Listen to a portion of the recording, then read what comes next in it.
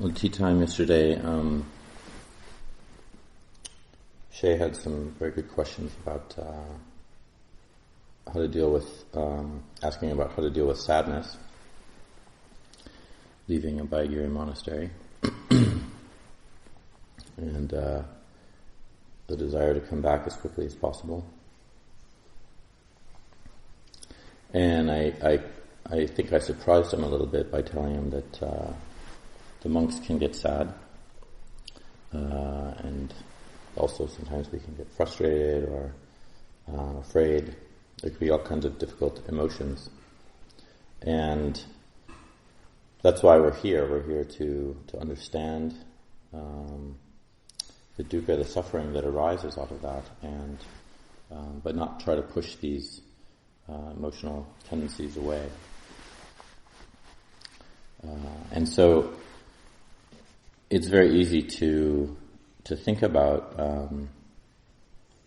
our emotional life as permanent, as something that occurs and then we're stuck in, and that can be easy, I think, practicing for a long period of time still. When an emotion arises, when there's any of the defilements arise, they can be difficult to see through. It's just like, well, it's just here temporarily. There's nothing to really be afraid of. It's constantly changing. And so one of the things that can happen, though, is for over long periods of time. Sometimes people can get into ruts or extended periods where there's just not a lot of happiness going on or contentment. And in those situations, it's just really helpful to try to put in perspective that we have the potential to transcend suffering if we're willing to be patient, if we're willing to kind of see that it's not that avoiding these emotions is the way to kind of see through them, but actually to understand, to gain clarity around them. And it's like, it's not being afraid, really. And there's a confidence that can arise out of that when we're able to kind of look at our emotions and say, well, I'm just going to stick with this and see how it works, understand it.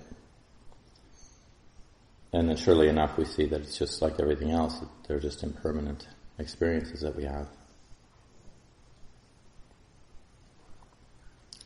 And I suppose as a younger child, I didn't think about that too much, but it affected me a lot, I think, thinking that when I would feel sad or afraid, it would last forever. That was the feeling, at least.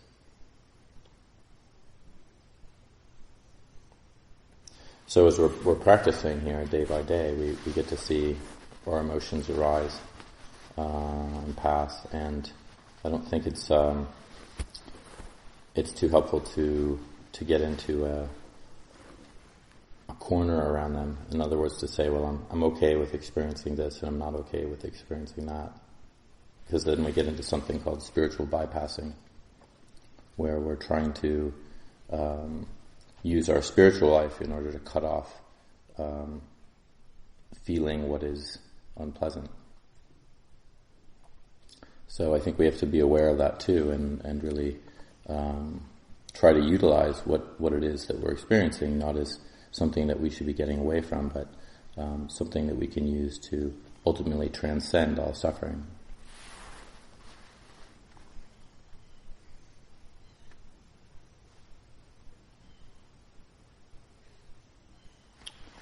I think that's enough for me.